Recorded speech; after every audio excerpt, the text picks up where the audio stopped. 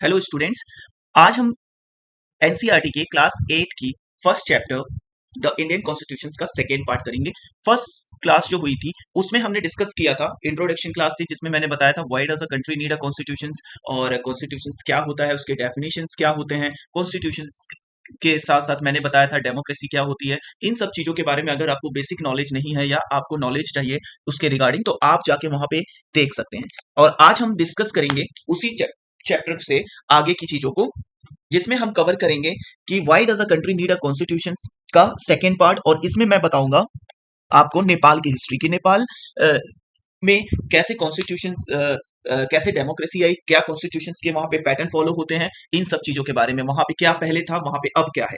तो इन सब चीजों को अब हम समझेंगे नेपाल के परिप्रेक्ष्य में। और उस ये जो लेक्चर है ये देखो हिंदी मीडियम और इंग्लिश मीडियम दोनों के लिए बनाई जा रही है। अगर साथ में आप यूपीएससी या पीसीएस या किसी भी गवर्नमेंट एग्जाम्स की प्रिपरेशन कर रहे हो, देखो उसमें भी ये आपको हेल्प करेगी। तो साथ के साथ नोट्स भी बनाते जाना, ये पूरे डिटेल में एक्सप्लेनेशन किया जाएगा, कुछ भी आपका छूटेगा नहीं, बहुत अच्छे से डिटेल में हम बताएंगे आपको। तो साथ के साथ नोट्स भी बनाते जाओ, जितने भी रिलेवेंट पॉइंट हैं वो देखो हम कवर करेंगे, जो इनरिलेवेंट पॉइंट्स हैं टॉपिक के उसको हम स्किप करेंगे। बट इसका मतलब ये नहीं है कि हम स्किप करके पढ़ा रहे हैं, मैं आपको अच्छे से फुल डिटेल में पूरे चैप्टर को समझाऊंगा। तो साथ के साथ नोट्स भी बनाते जाना और लेक्चर को भी देखते जाना, ठीक है। तो चलो स्टार्ट करते हैं। Why does a country need a constitution part 2। किसी देश को संविधान की जरूरत क्यों पड़ती है, ठीक है, किसी देश को संविधान की जरूरत क्यों पड़ती है।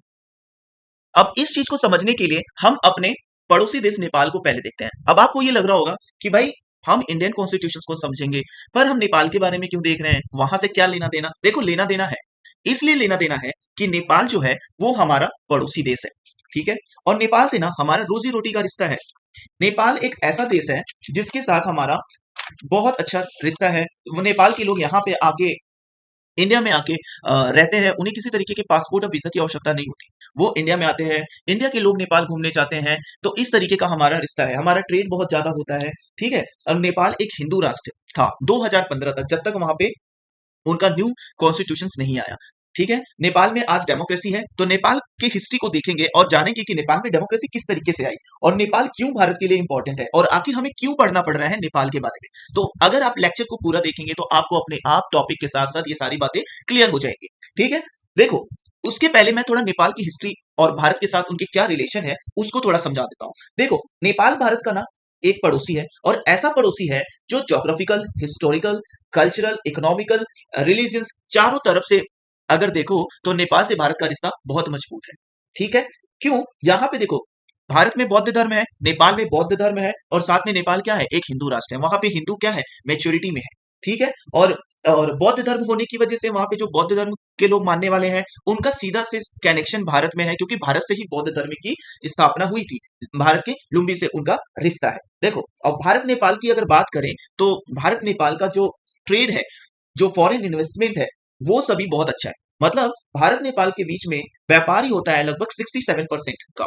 अगर सोचो नेपाल अगर किसी देश से, किसी कंट्री से अगर ट्रेड कर रहा है तो उनमें सबसे मैक्सिमम जो ट्रेड होता है उसका, वो होता है इंडिया के साथ, ठीक है। नेपाल का जो सबसे ज्यादा ट्रेड होता है वो किसके साथ होता है बच्चों, वो इंडिया के साथ ही होता है। तो नेपाल का सबसे ज्यादा ट्रेड इंडिया के साथ हो रहा है। नेपाल का अगर देखो रिलीजियस कनेक्शन इंडिया के साथ है, नेपाल के साथ इंडिया का कल्चरल भी है, हिस्टोरिकल, इकोनॉमिकली भी नेपाल बहुत ज्यादा, नेपाल और इंडिया एक दूसरे पे डिपेंड है। और अगर नेपाल को ध्यान से देखो तो इसके, ये पूरा नेपाल जो है हमारे इंडिया के 5 स्टेट से क्या होता है, इसके सीमा लगती है। जैसे कौन कौन से, इस तरफ देखो तो यहाँ पे अगर आप देखो तो बिहार और उत्तर प्रदेश और साथ में उत्तराखंड, इसके साथ साथ अगर इस तरफ देखो तो जिसको इंडिया का चिकन नेक बोलते हैं, ठीक है, सिक्किम, ये एरिया हो गया। और इसके साथ साथ यूपी, बंगाल, सिक्किम, बिहार, और ये 5 राज्यों के सीमा नेपाल से लगती है, ठीक है। तो इन सब चीजों की वजह से नेपाल हमारे लिए काफी महत्वपूर्ण पड़ोसी है।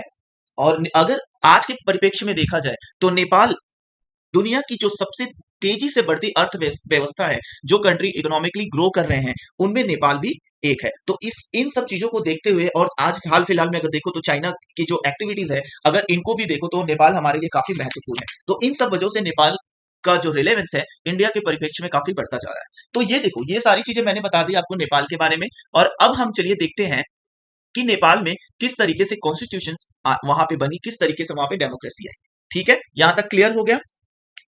देखो Until the quite recently, Nepal was a monarchy. ठीक है, अगर आज देखो तो नेपाल में डेमोक्रेसी है, पर स्टार्टिंग में नेपाल में डेमोक्रेसी नहीं था, वहां पे मोनार्की था। मतलब नेपाल में, मतलब ऐसे कह सकते हो ना, नेपाल में कभी डेमोक्रेसी, कभी वहां पे मोनार्की, फिर डेमोक्रेसी, फिर मोनार्की, मतलब इस तरीके की चीजें नेपाल में चलती आई थी। स्टेबिलिटी तो वहां पे थी ही नहीं। ठीक है, तो नेपाल में इन सब चक्करों में कई बार मतलब वहां पे हिंसा हुए, कई बार वहां पे प्रोटेस्ट हुए। ठीक है, कई बार वहां पे किंग वापस आए, फिर डेमोक्रेसी आई, फिर किंग आए, फिर डेमोक्रेसी आई, इस तरीके की चीजें वहां पे चल रही थी। वहां के दो जो previous constitution से which had been adopted in 1990 reflected the fact that the final authority reset with the king। ठीक है, तो वहां पे मतलब जो कॉन्स्टिट्यूशन था उनका 1990 में, उसमें नेपाल के जो लोग थे उससे मतलब इत्तेफाक नहीं रखते थे। नेपाल के लोगों को ना ये कॉन्स्टिट्यूशन समझ में नहीं आ रहा था। ठीक है, नेपाल के लोगों को ये कॉन्स्टिट्यूशन समझ में नहीं आ रहा था। अब आपको लगेगा ये कॉन्स्टिट्यूशन सर क्यों नहीं समझ में आ रहा था? देखो, 1999 की अगर हम बात करें तो नेपाल में ना जो डेमोक्रेसी को लेकर जो व्यवस्थाएं बनी थी वो राजा के हक में थी। उसमें जो हेड था वो राजा था। राजा के साथ साथ उनकी जो अथॉरिटी थी, जो उनके मतलब काउंसिल ऑफ मिनिस्टर थे, उनके हाथ में सारे डिसीजन के पावर थे।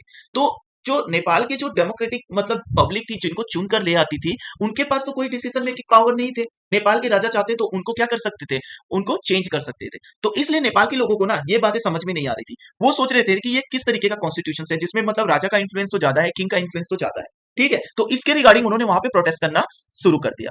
The people movement in the Nepal fight for the several decades to the establish the democracy in 2006 and they finally succeed in the putting an end to the power of the king। और 2006 तक आते आते उन्होंने काफी संघर्ष किया democracy के लिए और उसमें उन्होंने कुछ ना कुछ मतलब सक्सेस भी पाया।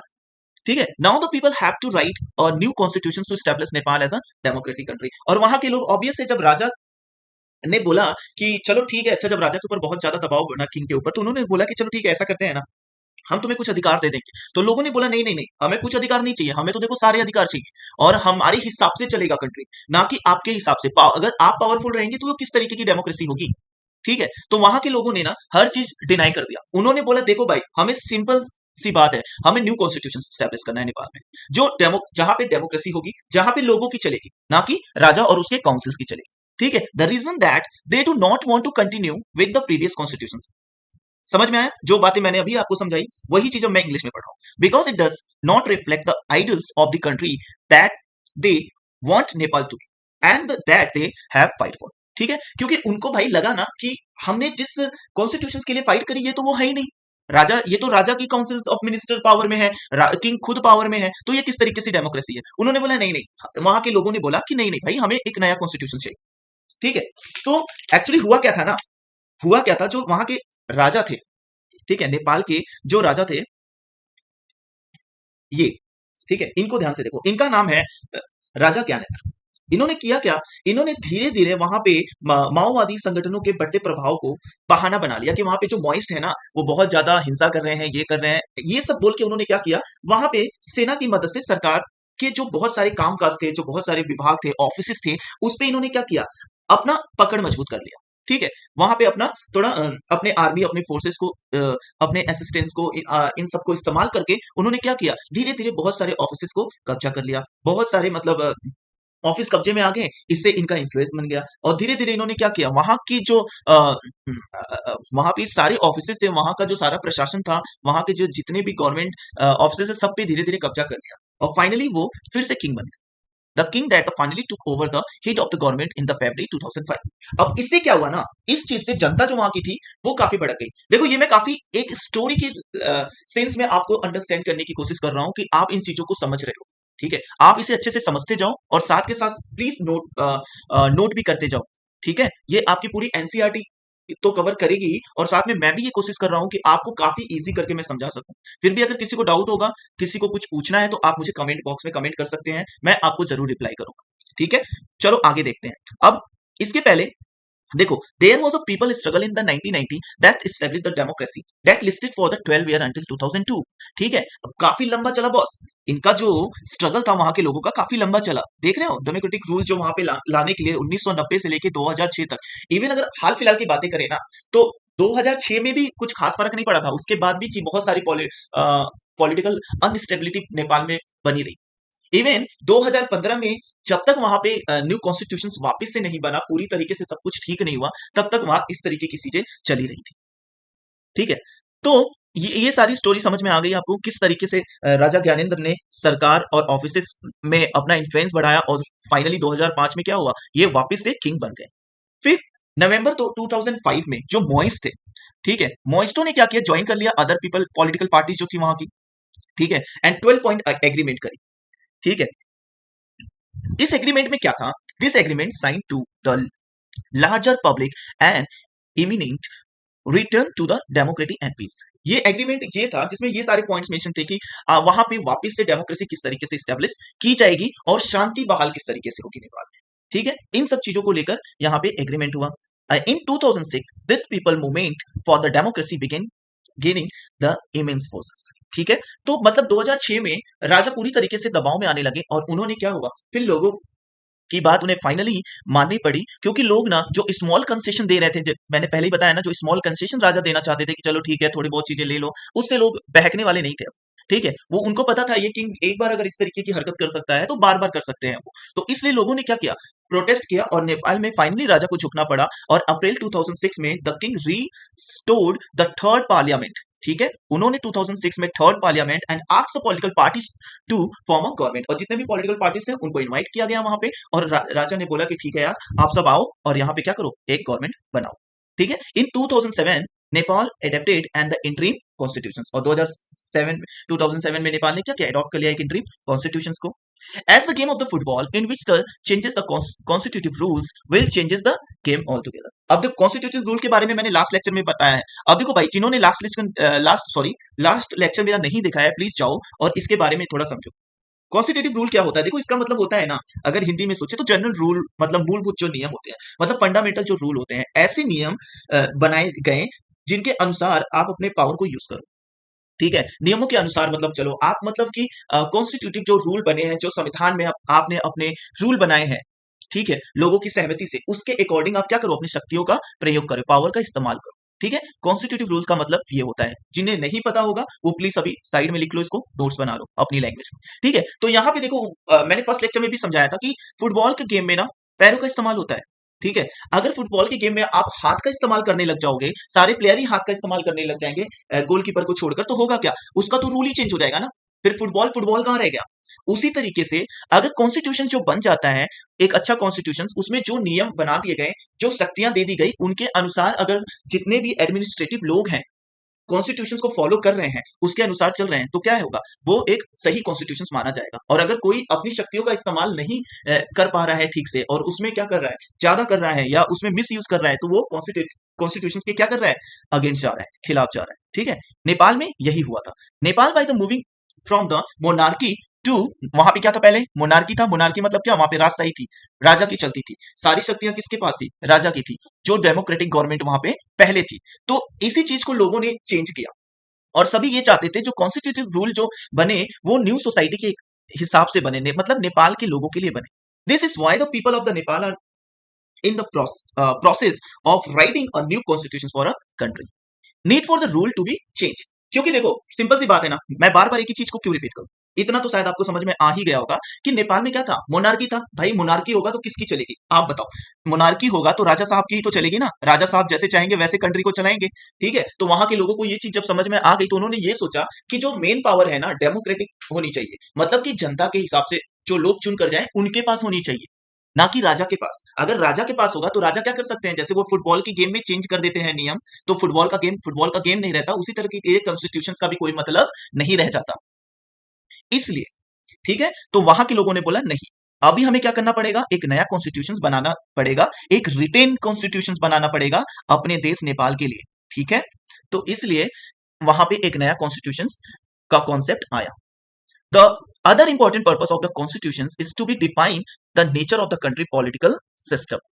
For example, Nepal earlier constitution state for the country was to be ruled by the king and his council of ministers। मैंने बताया ना कि जो पिछला नेपाल का जो 1990 तक जो कॉन्स्टिट्यूशन था ना, वो इस तरीके से था जिसमें जो कंट्री के जितने भी पावर थे जो रूल करते थे, वो या तो वो किंग के पास थे, या तो जो किंग की काउंसिल थी ना, मिनिस्टर की, उनके पास थे। अब किंग की जो काउंसिल होगी वो किंग के तो अंदर ही थी ना, वो किंग के खिलाफ जाकर तो कुछ करेंगे नहीं। तो काउंसिल ऑफ मिनिस्टर तो मतलब सोचो वो बस ऐसे ही लोग थे जो पपेट थे किंग के। ठीक है, मेन तो मिला जुला के किंग ही थे। तो प्रीवियस कॉन्स्टिट्यूशन का तो कोई मतलब नहीं था वहां के लोगों के लिए। इसलिए लोगों ने बोला नहीं नहीं नहीं, हम तो वोट करेंगे और एक डेमोक्रेटिक गवर्नमेंट बनाएंगे। डेमोक्रेटिक गवर्नमेंट में मतलब क्या होता है, वहां की जो आम जनता है, नेपाल की जो आम जनता है, अब वो वोट करेंगे। वो क्या करेंगे बच्चों, वोट करेंगे और वो अपना गवर्नमेंट खुद बनाएंगे। The constitution plays a crucial role in the laying out the certain important guidelines, govern decision making within the this societies। ठीक है, तो जो भी नियम अब बनेगा वो लोगों के लिए होगा। अगर देखो लोगों के द्वारा चुनकर जो लोग जाएंगे, जिनको मतलब आपने वोट किया, मतलब वहां के नेपाल के लोगों ने वोट किया, वो लोग अब चुनकर जाएंगे।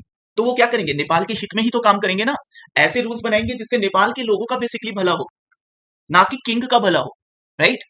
तो अब नेपाल के लोगों के लिए क्या हुआ, वोटिंग राइट मिलने से वहां के लोग वोट करेंगे और उनके बीच से ही कोई चुनकर जाएगा और वो पार्लियामेंट में वहां के, और वो क्या करेंगे, अच्छी गवर्नमेंट बनाएंगे, लोगों के लिए रूल्स एंड रेगुलेशंस बनाएंगे।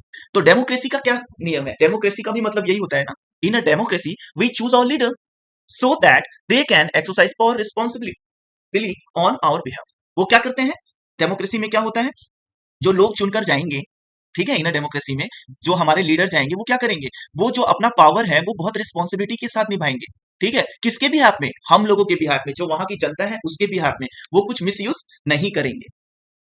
ठीक है, पर देखो इन सब में ना पॉसिबिलिटीज कुछ चीजों की बनी रहती है। देखो डेमोक्रेसी में ना कई बार ऐसी चीजें भी सामने आई है कि जो लीडर्स होते हैं ना, वो अपने कॉन्स्टिट्यूशनल जो पावर होता है उसको मिसयूज कर सकते हैं। ठीक है, इसीलिए जो इंडियन डेमोक्रेसी है, जो इंडियन कॉन्स्टिट्यूशन है, हमारे कॉन्स्टिट्यूशन में जो हमारे संविधान सभा के जो लोग थे, मतलब जैसे डॉक्टर बी आर अम्बेडकर, हमारे जो संविधान सभा के जो लोग थे, उन्होंने ना जो डिस्कशन किया वो काफी तगड़े तरीके से किया था। उन्होंने हर एक पॉइंट्स को, एक एक चीजों को अच्छे से डिटेल में उसके एक्सप्लेनेशंस, एग्जांपल्स के साथ, पॉसिबिलिटीज के साथ डिस्कशन किया और उसमें ये सारे पॉइंट्स भी मेंशन है। एक्चुअली देखो हमारा जो संविधान था ना, भारत का संविधान, उसमें जो संविधान निर्माता थे, जो लोग संविधान बना रहे थे, उन्होंने तकरीबन 60 देश, है ना, 60 कंट्री के मतलब जो संविधान थे उनको भारत में उठा लाया। ठीक है, वो काफी पढ़े लिखे लोग थे, है ना, भारत में ले आए और उन सबको पढ़ा और जितने भी लोग थे उन सब ने मिलके लगभग 114 दिनों तक पढ़ाई करी भाई उसकी। ठीक है, अब आप खुद ही सोचो 114 दिन तक सिर्फ विचार विमर्श हुआ, सिर्फ डिस्कशन हुआ, है ना। तो इस डिस्कशन में लगभग 60 कंट्री थे, 60 कंट्री थे, जिनके डॉक्यूमेंट्स को हमने पढ़ा, संविधान को हमने पढ़ा, फिर हमारा संविधान बना है। इसीलिए भारत का संविधान अगर सोचो तो सबसे लंबा रिटन कॉन्स्टिट्यूशन होने के साथ साथ काफी बढ़िया कॉन्स्टिट्यूशन बोल सकते हो, जिसमें हर एक पॉइंट को मेंशन किया गया है। इसीलिए तो लगभग 2 साल 11 महीने 18 दिन लग गए हमारे कॉन्स्टिट्यूशन को रेडी होने में। ठीक है, तो जो लीडर होते हैं, बेसिकली जो नेता होते हैं, वो अपने पावर को मिसयूज ना करें, इसके लिए भी कॉन्स्टिट्यूशन में प्रावधान होने चाहिए, रूल्स होने चाहिए।